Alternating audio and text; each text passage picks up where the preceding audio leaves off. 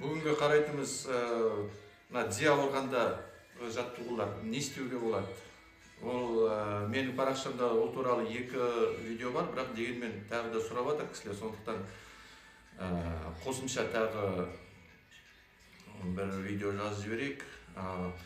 Тізе бәрінде ауырады. Жас келе, уақыт өте тізе ауырай береді, өйткені салмақтың бәрі тізеге түседі, сондықтан оны күтпей болмайды. Қазіргі таңда ең жақсы бәрін қолданып жүрген жаттығуы тізеге байланысты.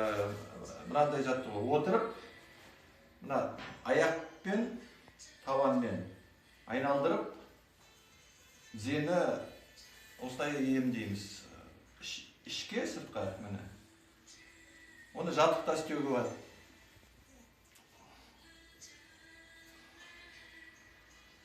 Қанша рет істеу, ол өзің білесің. Себебі біреулер айтады, тек 48 рет істеу керек деп, біреулер басқаша айтуы мүмкін. Онда тұрған ештеңе жоқ.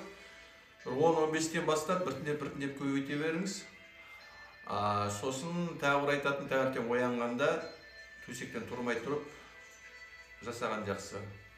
Мүмкіншілік бар жердің бәрін жасаған жақсы оны. Сосын одан бөлек. Және алдындағы жаттығуларда да бар, оны міне былай уқалау міндетті түрде керек. Сосын отырып тұру, міне осының өзінің бәрі жаттығу. Міне отырдың, тұрдың, ауыстың, былай отырдың. Сосын былай жерлеп жүруге де болады кейбір жағдайларда. Бірақ кілемнің үстіне емес, мынандай арнайы маты болса, спорт матылары мынандай, даянка дейді, немесе күресте болады. Немесе маты жоқ болса, онда бір 2 көрпе керек кем дегенде. Әйтпесе тек қана мынандай кілемнің үстінде істесе, ол тізеге зақым тиеді. Көп жағдайда керек емес оны істеп. Сондықтан астында не болу керек? Бір қорғаныш, жақсы бір төсеніш болу керек. Сонда ғана былай жүруге болады. Тізені жерлеп жүрген, ол бірталай пайдасын береді. Бірақ тағы да айтамын, неге қарау керек, жағдайға қарау керек. Біреулерге ол керек емес. Оны өзің қарауың керек. Қатты ауыртып жатса, оны жасамай-ақ қой. Егер жақсы кәдімгі жайлы болып жатса, онда жасап көр. Сосын қанша жасайтын да өзің шамаңа қарап жасай берсін. Өйткені миллиондаған, миллиардтаған адам бар, оның әрқайсысының өзінің жеке жағдайы бар. Соған қарай, сондықтан қазір бәрі бір жемен, бір сатымен істей алмайды оны.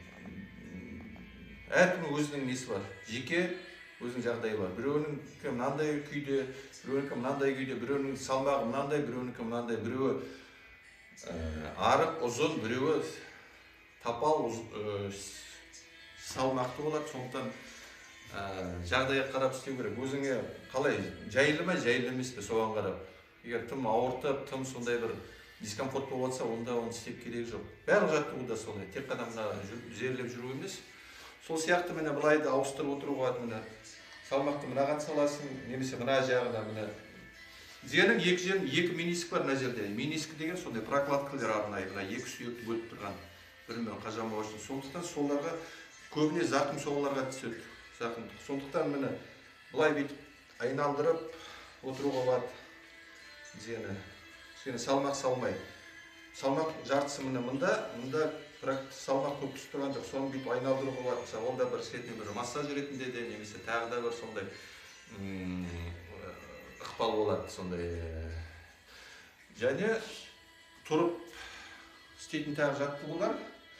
Міне бір жаттығу, міне былай, мына менискіні былай созамыз. Және мынағанда ықпал жүреді сонда.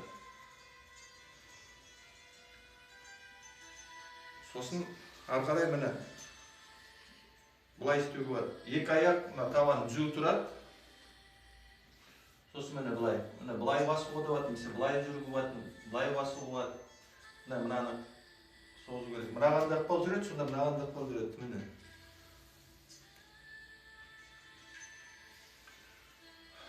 Тағы бір әдіс. Айналдыру осы тұрған күйінде.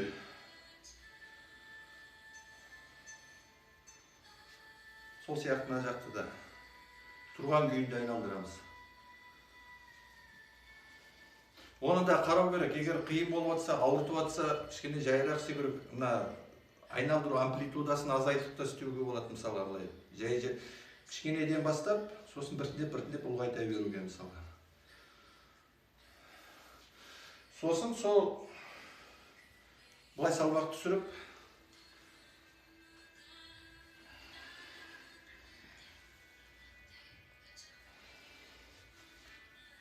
осының бәрі тізеге де ықпал береді, бөксемізге де, сан еттеріне де бәріне жақсы несін береді, өзіне ықпалын жасайды. Сондықтан оның бәрі жасайды. Соның ішінде сол тізеге де жақсы не береді. Және жай мына приседание, отырып тұру. Егер қиын болса, сол қолмен ұстап, жаймен деп бүйтіп.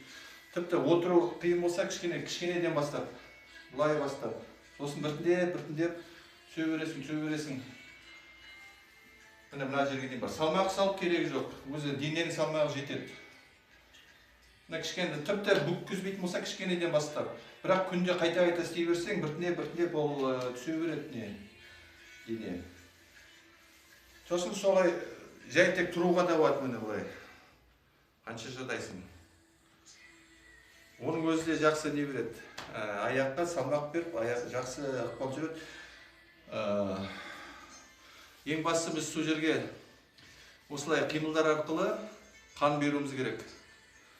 Қан жіберуіміз керек. Мұнда синовиальный жидкость деген бар, сұйықтық арнайы. Соны смазкасы, буынның көп қозғалмағандықтан смазка біртіндеп кетеді. Сосын мына екі сүйектің ортасында не бар, шеміршектер де қажалай береді біртіндеп. Сосын бағанағы айтқан менискілер де қажалады. Содан аяқ ауырады. Ол қалпына келу үшін қан апару керек. Сол қан апаруды осындай қимылдар арқылы және массаж арқылы сол қанды біз жеткіземіз, көбейтеміз, осы жерге барады қанды. Солар өздері емдейді қанның өзі. Ол бір күндік емес, бір апталық емес, бір ай емес, біраз уақыт кетеді, бірақ күнделікті істеп отырсаң, күнделікті ерінбей, соған көңіл болып отырсаң, ол өзінің нәтижесін береді. Бұл да күнделікті шаруа, күнделікті тамақ ішетін сияқты, ұйықтайтын сияқты, жуынатын сияқты, бұл да күнделікті шаруа, оны қалдыруға болмайды, істей беру керек. Сосын тағы бір айтатын, ол аяқ, ол мына машинаның дөңгелегі сияқты. Машина қандай керемет болса да, егер дөңгелегі жоқ болса, немесе мына ходовкасы дұрыс істемейтін болса, ол машина болмайды. Сондықтан ең бірінші аяқ мәселесі бізде бірінші орында тұру керек. Аяқсыз сен қандай денің сау болса да, аяғың жүрмейтін болса, аяғың ауыратын болса, ол қиындық туғызады. Қалай болғанда? Сондықтан аяққа көп көңіл бөлу керек. Аяқ болғанда ең бірінші сол тізеге түседі салмақтың бәрі. Сондықтан тізе мәселесі өте күрделі мәселе және өте маңызды мәселе. Сондықтан оған өте көп көңіл бөлу керек. Сонымен тізе мәселесі өте маңызды мәселе, өте күрделі мәселе, өте керек. Сондықтан оған мұқият көңіл бөліңіздер, көп көңіл бөліңіздер. Ең бірінші мәселе сол аяқ тізе мәселесі. Егер бағанағы айтқан рекомендациялар, ұсыныстар, егер қандай да бір болмасын бір себептермен болмай жатса, сұрақтарыңызды қойыңыздар, жазыңыздар. Қолдан келгенше біз соның бәрін қарастырамыз, айтамыз, көмектесеміз, кеңесімізді береміз. Егер Астанада болсаңыздар, тікелей хабарласуларыңызға болады, осы жерден біз барлық жағдайды жасаймыз. Соның бәрін шешуге.